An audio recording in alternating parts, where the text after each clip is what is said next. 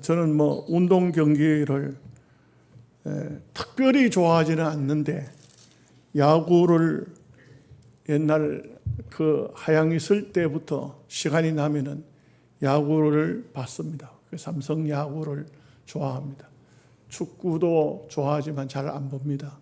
농구도 배구도 운동 경기를 그렇게 좋아하는 건 아닙니다. 근데 원래 삼성이 최고 약체가 될 것이라 했는데 10개 구단 중에서 9등이나 10등이나 삼성이 할 것이다 했는데 원래 2등을 해요. 2등을 하는데 그 유지현이라는 옛날 LG에 있던 그런 그 야구 선수가 있는데 그 선수가 삼성 야구단에 분석을 했어요. 분석을 해본 결과가 분석이 뭐냐면 그 중에서 가장 큰 분석이 실수가 없다. 선수가 한 번 실수하면 감독이 직접 공을 가지고 배트를 치면서 3,000개씩 공을 받으라 한다는 거예요. 그러면 감독도 죽을 지경이고 선수도 죽을 지경이죠. 한 3,000개씩 공을 가지고 배트를 치면은 감독인들 자기 반 안 죽겠어요? 그러니까 실수를 안 하는 거야. 실수를 안 하니까 자기들이 가지고 있는 온전한 능력을 나타낼 수가 있다 이 말이에요. 타격도 별로 잘 하지도 못해요. 홈런은 구장을 조그만하게 만들어가지고 홈런 많이 나오도록 만들어놨지만 잘 못해요. 제가 왜 이 말씀을 드리냐. 우리가 하나님 앞에 예배를 드리는 사람들을 실수하면 안 돼요. 뭘 하든지 하나님 앞에 실수하면 안 돼요. 오늘 말씀과도 연결이 돼 있고 오늘 예배와도 연결이 돼 있어요. 기도하는 사람이 기도하려고 하는데 마이크도 없고 갖다 주는 사람 갖다 주는 마이크는 나오지도 않고 이렇게 하면 이거 하나님 앞에 안 되는 거예요. 이거 우습게 넘어가면 안 돼요. 오늘 같은 날은 그 선수 세워놓고 방망이로 공 한 3,000개씩 쳐야 돼. 그렇게 하면 안 된다고요. 우리가 한 번 실수 구약에 오늘 말씀도 그렇잖아요. 오늘 말씀도 똑같아요. 한 번 실수하니까 죽어버렸어요. 하나님의 법궤를 손으로 만지고 그 구루마에 싣고 올라가다가 이런 실수가 생긴 거죠. 왜 실수가 생겼을까요? 왜 실수 생길까요? 대부분 사고가 날 때요. 실수거든요. 알고 있어요. 왜 사고가 나는지. 편리하려고 하다 보면 그래요. 편하게 하려고 하다 보면 사고가 생겨요. 사다리 떡 걸치고 저 위로 올라가는데 이렇게 만져보니 사다리가 삐뚤삐뚤해. 새로 해야지. 그런데 괜찮겠지 좀 조심하면 안 되겠나. 올라갔다가 뚝 떨어지는 거예요. 그때 떨어져 가지고는 그냥 난리가 나잖아요. 병원에 입원하고 해서 보니까 또 뭐가 깨지고 뭐가 부러지고 이런 문제가 생기지 않습니까? 그 하나님의 일, 세상 이 모든 이치도 마찬가지지만 하나님의 일도 여러분 보십시오.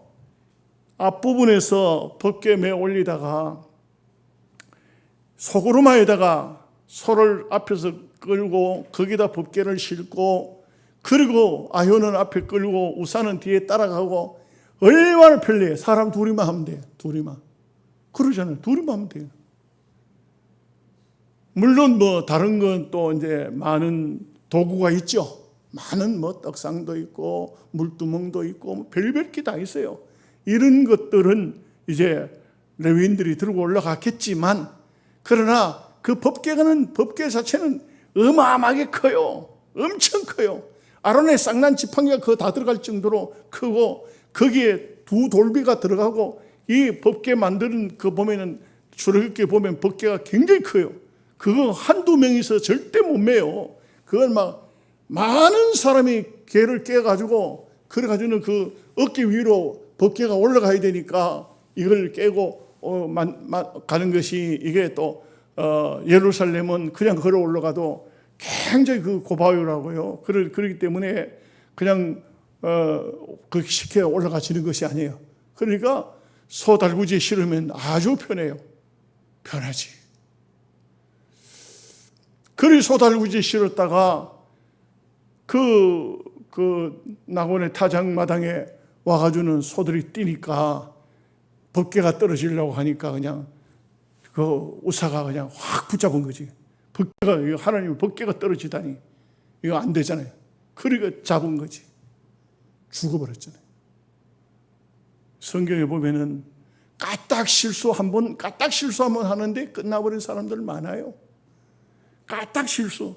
하나님께서 모세도 참 그렇게 아끼고, 모세는 모든 이스라엘 사람들 중에 그 온유함이 이 지상의 모든 사람보다 더 낫다고 그렇게 하나님께서 칭찬했지만, 모세가 반석에서 물내는데 한 번 치면 될 것 같다가 두 번 탁탁 친 그것 때문에 너는 가나안 땅에 못 들어간다. 하나님 앞에서 거룩을 나타내지 못했다. 하나님 앞에 거룩을 나타내지 못했다. 예, 탁탁 두 번 치는 그것 때문에. 옛날에 말씀을 못 깨달을 때는 모르지만요, 깨닫고 보니까 우리가 저는 목회하는 거고 여러분들은 신앙생활 하는 것이지만, 목회자도 신앙생활 하는 여러분들도 참 하나님은 두려운 하나님이시더라고요. 지금은 은혜 시대라서 예수님께서 다 이제 우리의 좀 잘못을 다 가려놔서, 그래서 참 그래도 우리가 살아남아 있는데, 그러다 조심해야 돼요. 정말 조심해야 돼요. 이번에 우리 보니까 부총회장으로 두 사람이 총회장 되려고 부총회장 출마를 했는데, 그 한 사람 보니까 신문 기자가 또 그걸 찾아내가지고 어제 보니까 인터넷으로 갖다 띄웠던데, 한 분은 보니까 또 어떤 일이 있으면 과거에 총회하는데 무슨 문제가 있으니까 올라와가지고 마이크를 손으로 내리쳤더라고. 그 사람이 이제 부총회장 되겠다고 나오니까 그 신문 기자들이 그걸 찾아내가지고, 이 사람이 옛날에 총회하는 장소에 와서 총회장 쓰는 마이크를 갖다 손으로 내리쳤는 사람이다. 이렇게 내가 볼 때 그 사람 덤 떨어져.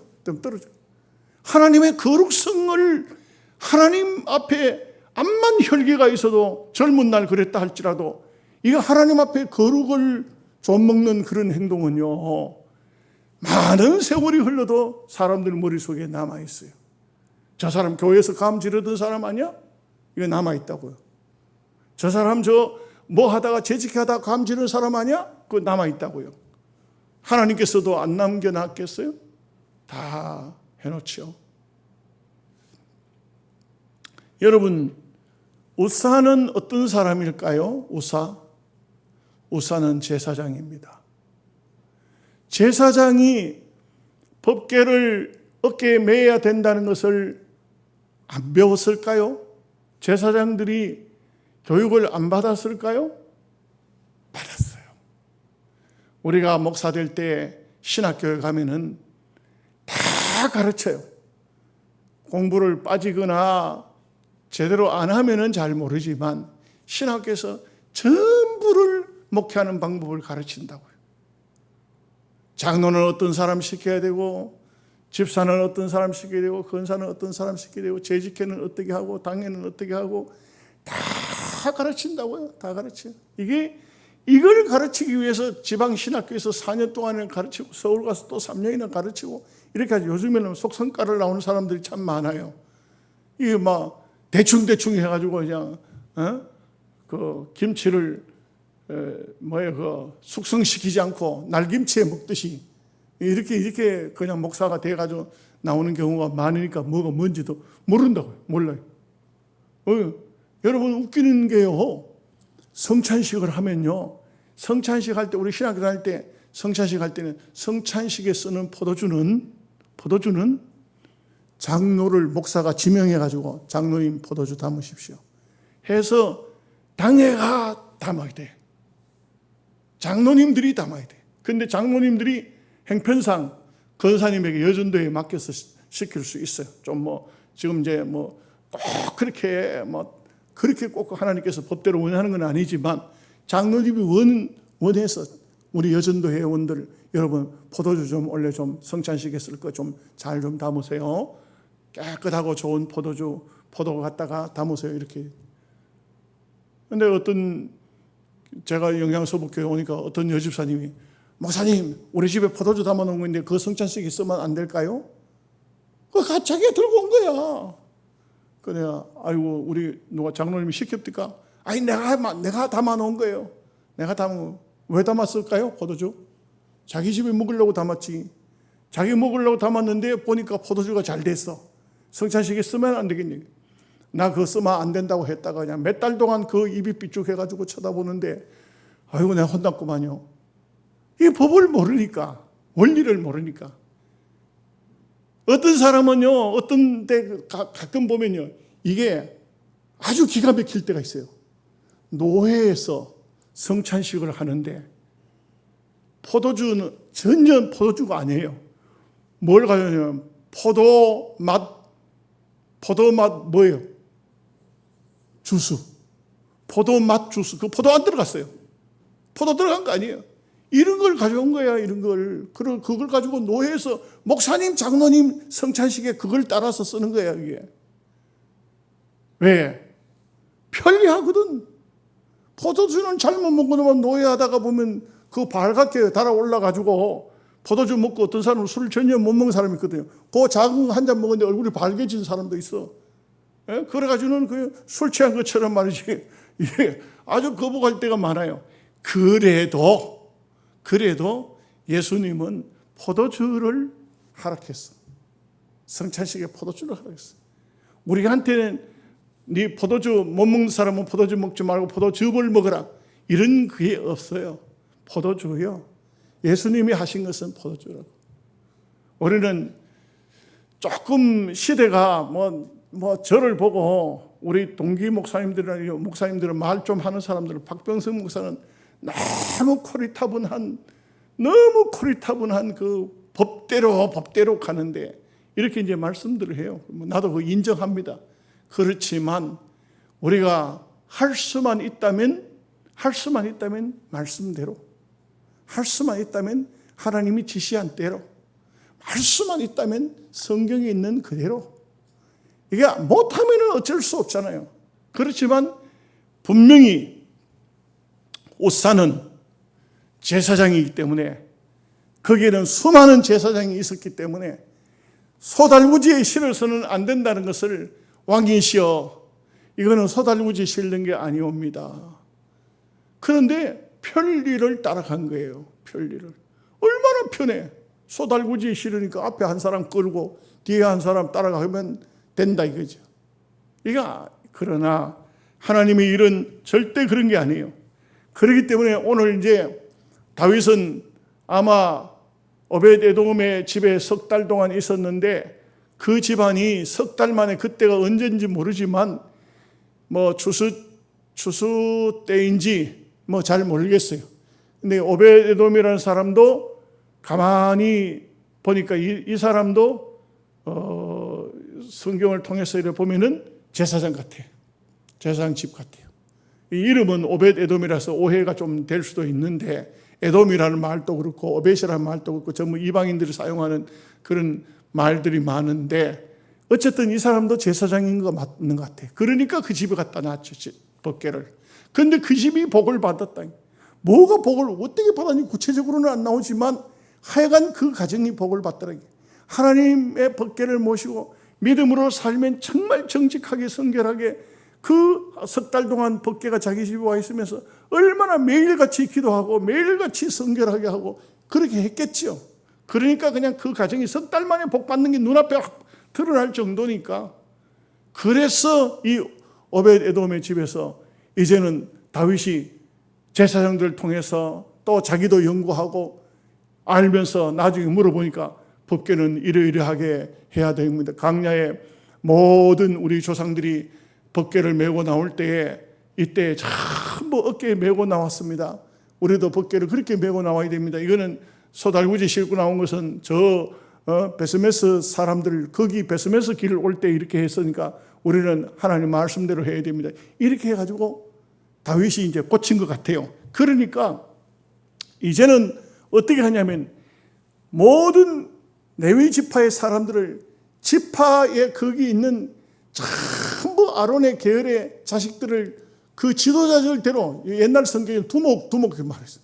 두목은 꼭 뭐 도둑놈이나 두목이라 하고 뭐 깡패나 두목이라 하지. 누구 뭐 주의 종들을 갖다 두목이라 하는 건 좀 이상하잖아요.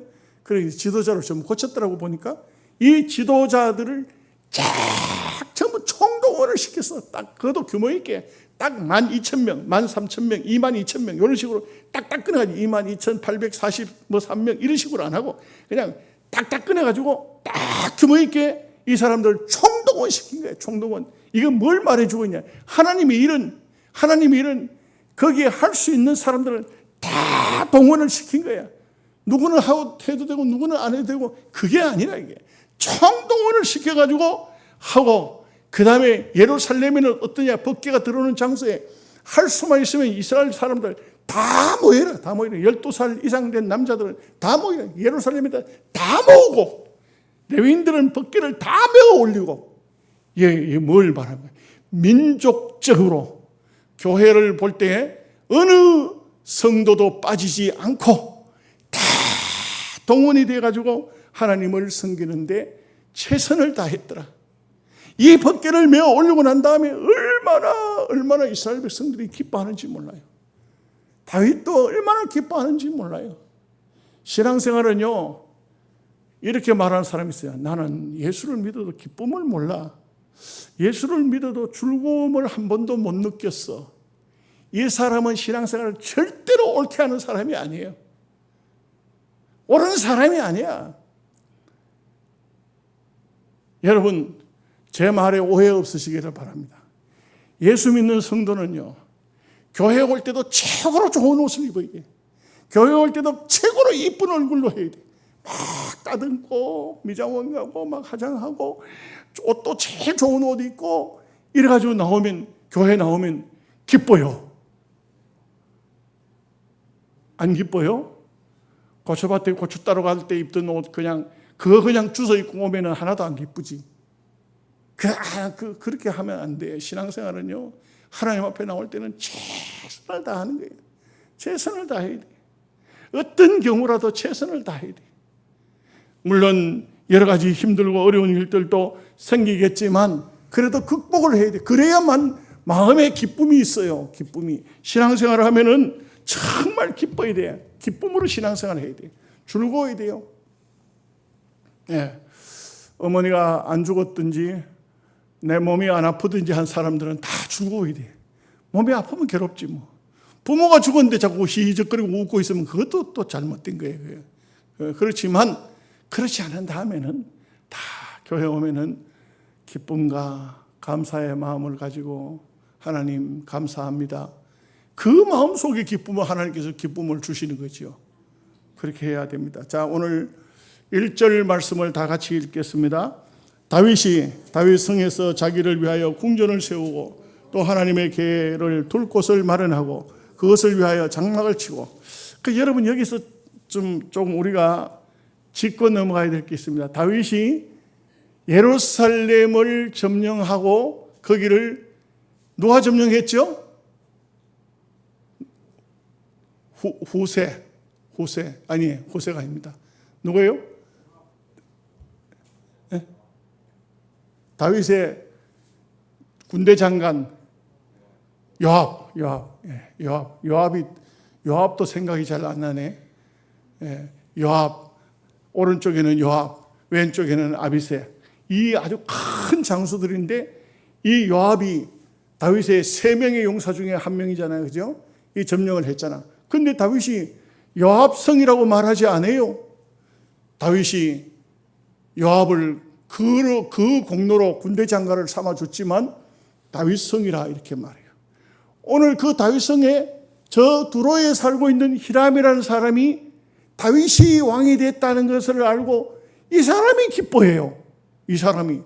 왜?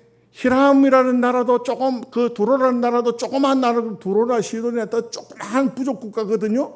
근데 다윗이 그렇게 고생하고 도망다니고 그렇게 애먹고 하다가 왕이 됐다니까, 야, 참, 저 나라는 하나님께서 저 사람을 쓰는갑다.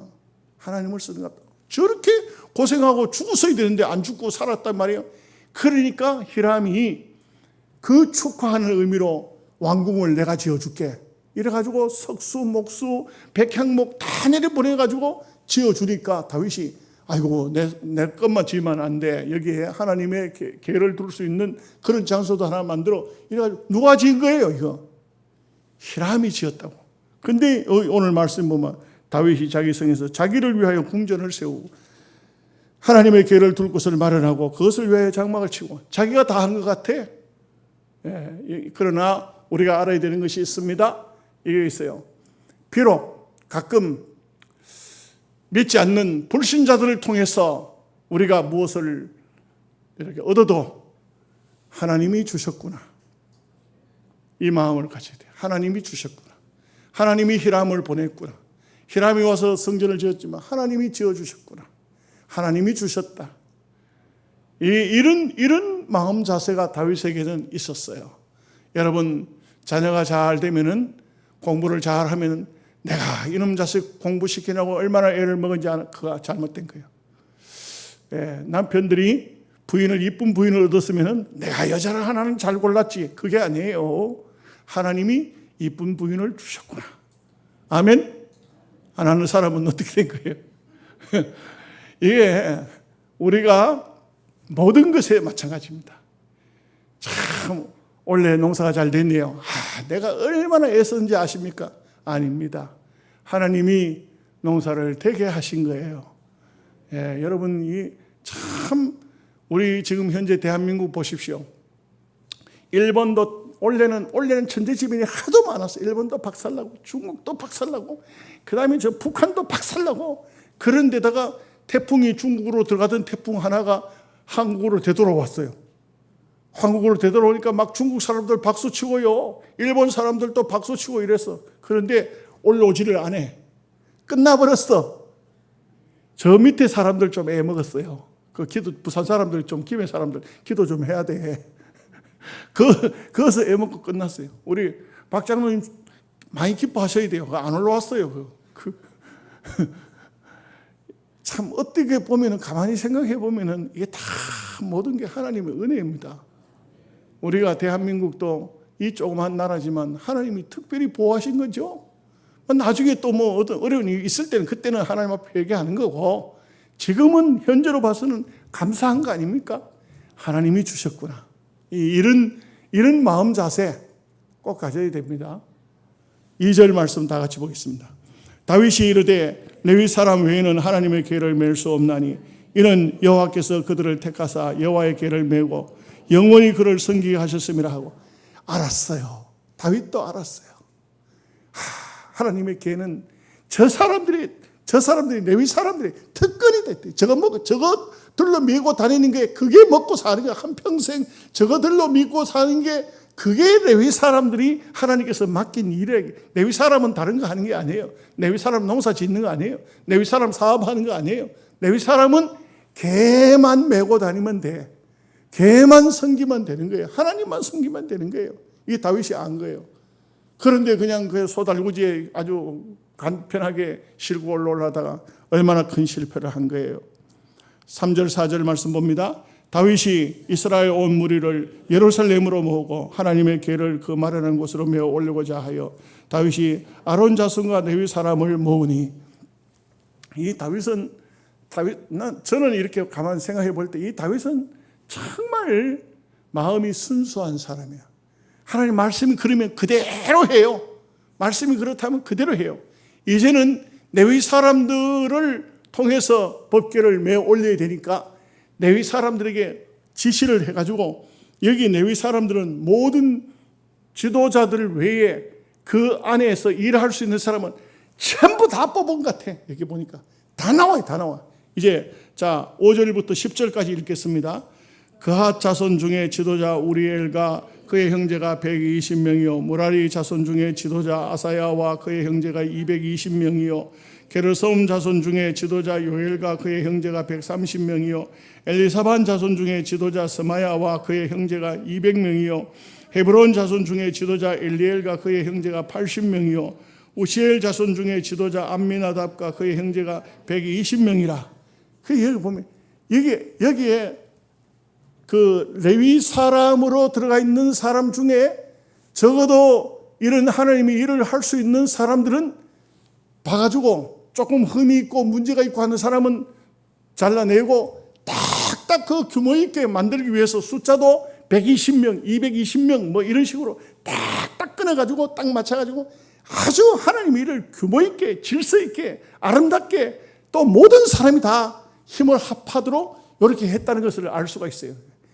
얼마나 이렇게 아름답게 했는지 몰라요. 그러니까 뭐 잘은 모르지만 벗개를 매는 사람, 물두멍을 매는 사람, 떡상을 매는 사람 뭐 전부 다 이제 그렇게 해야 돼. 1차, 2차 왜냐하면 7발자국밖에 안 갔어요. 그러고 난 다음에 제사를 지내고 또 7발자국 가서 제사를 지내고 이렇게 하니까 7발자국 가서 제사를 지냈다는 것은 그 무게도 엄청나지만 그 위로 올라가는 길이니까 굉장히 고바위잖아요. 그 70도 경사 정도 됐던 그런 데로 올라가니까 한 7발자국 가가지고는 그래가지고는 또 어떻게 됐겠어요? 사람을 교체했다 이거죠.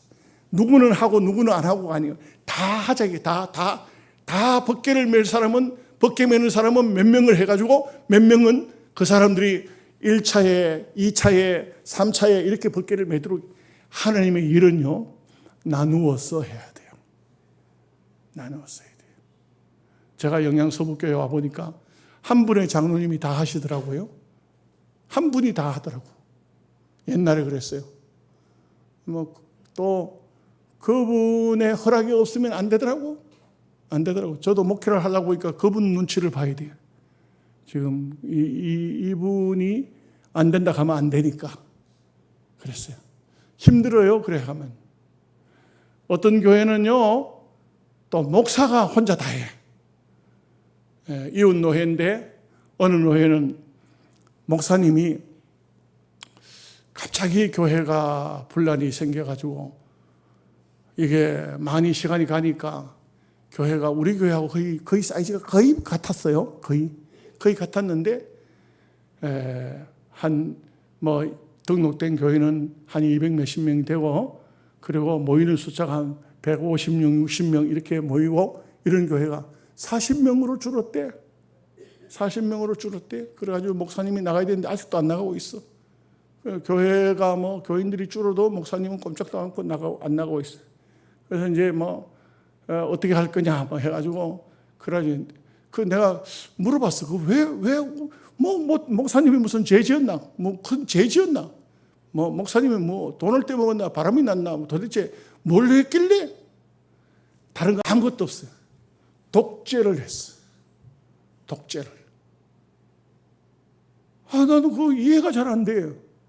그 외에도 장로님이 여럿이 있는데 어떻게 독재를 했나 하겠네. 목사님이 다 한다는 거야. 교회 리모델링을 하는데 장로님들 간섭도 하나도 못하게 하고 목사님이 다 한다. 뭘 하는데도 목사님이 다 해야 된다. 장로님들은 거기에 와서 구경만 하지 뭐 아무것도 못한다. 이걸 계속 세월이 흐르면서 계속 가니까 나중에 어디서 한번 불만이 터지기 시작하니까 그러면 거기 뭐 완전 하선 터지듯이 막 탁 터져가지고 그래가지고 막 우리는 더 이상 그런 독재하는 목사님에게 못 있겠다 이래 돼버려. 결국은 한마디로 말하면 독재하니까 목사가 하든지 장로가 하든지 또 뭐 어떤 교회는 건사가 독재를 하든지 건사가 우리 노예 안에 건사가 독재하던데도 끝나버렸어. 교회가 안 돼요. 이제 얼마 전에 나한테로 연락이 왔어요. 그 경한노회 아닙니까? 우리 노회를 탈퇴하고 떠났는데 그 우리 노회하고는 상관이 없습니다.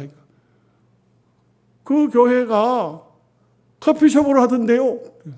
교회가 지금 십자가 내리고 커피숍 한다는 게 커피숍. 네. 와, 난 우리 시대에도, 우리 현실에서도 그런 걸 많이 보잖아요. 가정에도요, 참 남자들이 막 독재하는 사람 있죠. 완전히 뭐 자기 혼자. 여러분, 요거는 현실적으로 느끼는 건데요. 요양원에 할아버지들이 병이 나면요, 할머니들이 할아버지 요양원에 갖다 놓고 안아봐요. 안아봐. 안 들다 봐.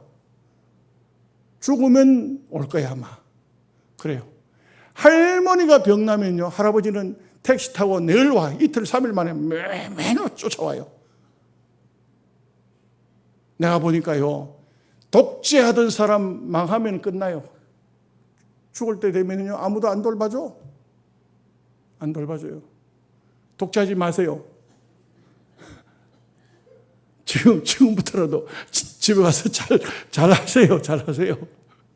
예, 잘하세요. 절대 하나님이 이런요, 협력해서, 절대 우리 교회든 장로님들 여러분 계시지만, 누구 한 사람 주장해가지고 그 사람 뜻대로 하면 그래 안 돼요. 다 의논해가지고, 이번에는 이거는 이분에게 맡깁시다. 이번에는 이분에게 맡깁시다. 이래가지고 하고, 그분이 하면 그분 할 때 잘했다고 박수만 쳐주지 다른 얘기는 하면 안 돼요. 아이고 수고하셨습니다. 잘했습니다. 애썼습니다. 이러면요 정말 일하는 사람도 기쁘고 좋고, 이게 얼마나 감사한 일이에요. 절대적으로 한두 사람이서 한 명이 자기가 다 알아서 하겠다. 두 명이서 우리 법계 어려운데 둘이서 다 끌고 가고 치울 테니까 다른 사람 구경만 하라고 따라올라라고, 그냥 소달구지 싣고 올라가면 이거 저 예루살렘까지, 예? 아닙니다. 그거는 절대 안 됩니다. 11절 12절 말씀 같이 보겠습니다. 다윗이 제사장 사독과 아비아달을 부르고 또 레위 사람 우리엘과 아사야와 요엘과 스마야와 엘리엘과 아미나답을 불러 그들에게 이르되 너희는 레위 사람의 지도자이니 너희와 너희 형제는 몸을 성결하게 하고 내가 마련한 곳으로 이스라엘의 하나님 여호와의 궤를 메어 올리라. 참 중요한 게 뭐냐? 가장 중요한 게 뭐냐? 하나님의 궤를 메어 올리는데 성결을 해라. 성결해라. 하나님의 일은요, 하나님을 섬기는 일은요, 성결을 해야 돼요. 우리는 날마다 내가 특별한 죄를 지은 게 아닙니다. 날마다 회개해야 돼요. 날마다 우리는 하나님의 사람이잖아요. 내 마음속에는 성령이 거하시는 전이라, 하나님의 전이라. 그래서 늘 내가 혹시라도 하나님, 내 머릿속에 생각이 잘못되지는 않았습니까? 내 마음이 더러워지지는 않았습니까? 내가 거룩한 삶을 살지는 못하지는 않았습니까? 성결해야 돼요. 하나님의 일을 하는 사람은 성결하지 않으면 하나님의 일을 할 수가 없어요. 그래서 항상 내 자신을 돌아보고 성결하게 해라. 이게 가장 기본이에요. 가장 기본입니다. 13절 14절 보겠습니다. 전에는 너희가 매지 아니하였으므로 우리 하나님 여호와께서 우리를 찢으셨으니 이는 우리가 규례대로 그에게 구하지 아니하였음이라 하니, 이에 제사장들과 레위 사람들이 이스라엘 하나님 여호와의 궤를 메고 올라가려 하여 몸을 성결하게 하고, 15절까지 봅니다. 모세가 여호와의 말씀을 따라 명령한 대로 레위 자손이 채에 하나님의 궤를 껴 어깨에 매니라. 참 이게 얼마나 하나님의 일은요, 말씀대로 하고 하나님의 뜻대로 하고 하나님이 좋아하시는 대로, 하나님이 원하시는 대로 하면은 이 나중에요, 오늘 여기까지 말씀 받지만 다음번에 보면 얼마나 기쁜지 몰라요. 얼마나 기쁜지 몰라.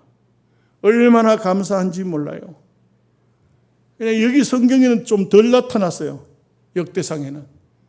사무엘서나 열왕기상에 보면 거기는 아주 다윗이 요나 너무 간단하게 나와 있더라고.